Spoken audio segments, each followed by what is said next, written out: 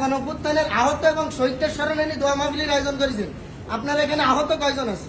এখানে সব চোর বাটপাট দিয়ে বইরে রয়েছেন, একটাও আন্দোলনের মধ্যে কোনো কিছু ছিল না।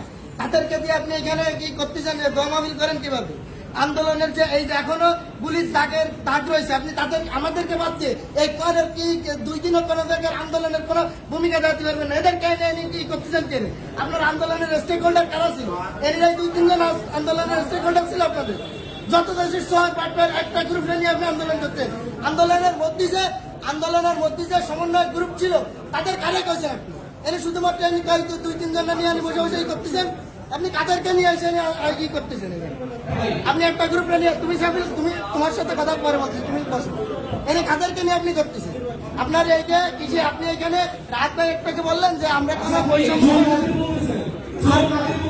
তুমি কথা তুমি এখানে করো, তুমি আগে কথা কম করো, তোমার সাথে কথা বলছো তুমি কথা বলো না। আমি তোমার কথা এখানে কিছু বলতেছি না। তুমি আমাদের আন্দোলনে বড় স্টেক হোল্ডার, তুমি এখানে বসো।